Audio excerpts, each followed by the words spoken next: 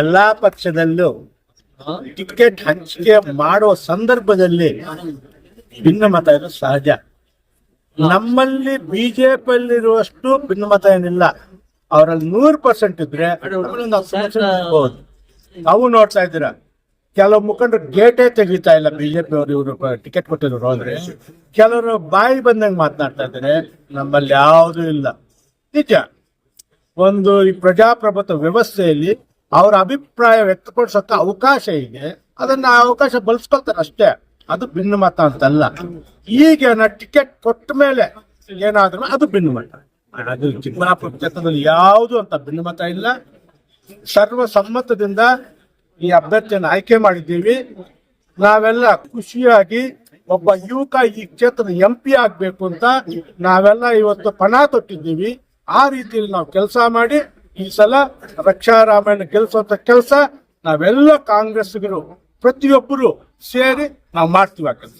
Sir, ಮತ್ತೊಂದು ಕಡೆ ಕಾಂಗ್ರೆಸ್ನ ಹಿರಿಯ ಮಾಜಿ ಶಾಸಕರು ಈಗ ಕಾಂಗ್ರೆಸ್ ಹೈಕಮಾಂಡ್ ವಿರುದ್ಧ ಸಾಕಷ್ಟು ಆರೋಪವನ್ನು ಮಾಡಿದ್ದಾರೆ.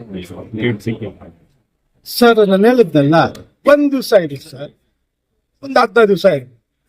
ನಾಳೆ ನಾಡದ್ದು ನೋಡಿ, ನಾಮಿನೇಷನ್ ಸಮಯಕ್ಕೆ ಯಾವ ಭಿನ್ನಮತನೂ ಇರಲ್ಲ.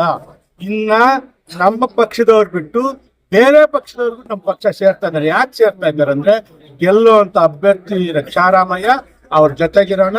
ಕಾಂಗ್ರೆಸ್ ಪಕ್ಷ ಈ ಭಾಗದಲ್ಲಿ ಕರ್ನಾಟಕದಲ್ಲಿ ಒಳ್ಳೆ ಗ್ಯಾರಂಟಿ ಸ್ಕೀಮ್ ಕೊಟ್ಟು ಬಡಬಗ್ಗರಿಗೆ ಉಪಯೋಗ ಆಗಿದೆ. ಮತ ಕೇಳಕ್ಕೆ ಹೋಗೋ ಸಂದರ್ಭದಲ್ಲಿ ಒಳ್ಳೆ ಆತ್ಮವಿಶ್ವಾಸ, ಸಂತೋಷವಾಗಿ ನಮ್ಮ ಮತ ಹಾಕ್ತಾರೆ ಅನ್ನೋ ಭಾವನೆಯಿಂದ ಇವತ್ತು ಘಟಾನುಘಟಿಗಳು ಬೇರೆ ಪಕ್ಷದಿಂದ ನಮ್ಮ ಪಕ್ಷಕ್ಕೆ ಇವತ್ತು ನಾಳೆ ಸೇರ್ಪಡೆ ಆಗ್ತಾ ಇದ್ದಾರೆ. ಸರ್, ಮತ್ತೊಂದು ರಾಜೀನಾಮಾ ವಿಚಾರ ಕೂಡ ಸಾಕಷ್ಟು ಚರ್ಚೆ ಆಗಿತ್ತು ಸರ್. ಈ ಭಾಗದಲ್ಲಿ ಸುಮಾರೆಡ್ಡಿ ಅವರು ಸೇರಿದಂತೆ ಶಾಸಕರು ಪ್ರತಿಭಟಿಸಲಾಗಿದೆ. ಸರ್, ಒಂದು ನಾನು ಆವಾಗಲೇ ನಮ್ಮ ಅಭಿಪ್ರಾಯ ವ್ಯಕ್ತಪಡಿಸಿದೆ. ಹಿರಿಯ ಮುಖಂಡರು ವೀರಪ್ಪ ಮೊಯ್ಲಿಯವರು ನಮ್ಗೆ 2 ಸಲ MP ಆಗಿದ್ರು. ನನಗೂ ಸಹಾಯ ಮಾಡಿದ್ರು. ನಮ್ಗೆ ಈ ಎತ್ತಿನ ವ್ಯಾಲ್ಯೂ ನೀರು ತರಬೇಕಂದ್ರೆ ಅವ್ರ ಪಾತ್ರ ಜಾಸ್ತಿ ಇದೆ. ಅವ್ರು ಕೊಟ್ರೆ ಒಳ್ಳೇದು ಅನ್ನುವಂತ ಅಭಿಪ್ರಾಯ ವ್ಯಕ್ತಪಡಿಸಿದ್ದೇವೆ ವಿನಃ ನಾವ್ಯಾವತ್ತು ರಾಜೀನಾಮೆ ಇಂಥದ್ದು ನಾವ್ಯಾವ್ದು ಮಾಡಿಲ್ಲ, ಇನ್ನೂ ಪ್ರಸ್ತಾಪನೂ ಮಾಡಿಲ್ಲ. ಇವತ್ತು ಹೇಳ್ತಾರೆ ವೀರಪ್ಪ ಮೊಯ್ಲಿ ಹಿರಿಯರು ಕೊಟ್ಟಿದ್ರು, ಅವ್ರಿಗೂ ಮಾಡ್ತಾ ಇದ್ದೀವಿ. ಶಿವಶಂಕರ್ ರೆಡ್ಡಿ ಕೊಟ್ಟಿದ್ರು ಮಾಡ್ತಾ ಇದ್ವಿ, ರಕ್ಷಾರಾಮಯ್ಯನಿಗೂ ಮಾಡ್ತಿದ್ವಿ. ನಾವೇನು ಆ ಥರ ಭಿನ್ನಮತ ಇಲ್ಲ ಸರ್.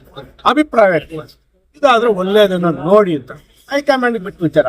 ಹೈಕಮಾಂಡ್ ನಾನು ಆವಾಗ ಹೇಳಿದೆ, ನಿಮಗೆ ಕೊಟ್ಟರು ನಾನು ಮಾಡಕ್ ರೆಡಿ ಇದ್ದೀನಿ ಸರ್. ಮತ್ತೊಂದು ಸರ್, ಗ್ಯಾರಂಟಿಗಳು ಅಂದ್ರೆ ಈ ಚುನಾವಣೆ ಕಾಲದ ಮೂಲಕ ನಿಂತೋಗ್ತವೆ ಸಂಪೂರ್ಣವಾಗಿ ಅಂತ ಆರೋಪ ನಂಬಬೇಡಿ. ಸರ್, ಇದು ಬಿಜೆಪಿಯವರು ಸುಳ್ಳು ಆಶ್ವಾಸನೆ ಕೊಡುವಂತ ಪಕ್ಷ. ನಮ್ಮ ಕಾಂಗ್ರೆಸ್ ಪಕ್ಷ ಅಂತ ಅದಲ್ಲ. ಏನ್ ಮಾತಾಡುತ್ತೆ ಆ ಮಾತ್ ಮೇಲೆ ನಿಲ್ಲುವಂತ ನಮ್ಮ ಕಾಂಗ್ರೆಸ್ ಪಕ್ಷ. ಖಂಡಿತವಾಗ್ಲೂ ನಾನ್ ತಮಗೆ ಮಾತು ಕೊಡ್ತೀನಿ, ಈ 5 ವರ್ಷ ಯಾವ ಗ್ಯಾರಂಟಿ ಸ್ಕೀಮು ನಿಲ್ಲಲ್ಲ. ಗ್ಯಾರಂಟಿ ಕೊಟ್ಟು ನಾವು ಮತ ಕೇಳಿದ್ದೀವಿ, ಮತ ಹಾಕಿದ್ದಾರೆ. ಅವ್ರಿಗೆ ದ್ರೋಹ ಮಾಡೋದಂದ್ರೆ ತಾಯಿಗೆ ದ್ರೋಹ ಮಾಡೋದಂತೆ. ಆ ಕೆಲಸ ನಮ್ಮ ಪಕ್ಷ ಮಾಡಲ್ಲ. ಮಾಡಿದ್ರೆ ಅದರ ವಿರುದ್ಧವಾಗಂತೂ ನಾನಂತೂ ಇದ್ದೀನಿ.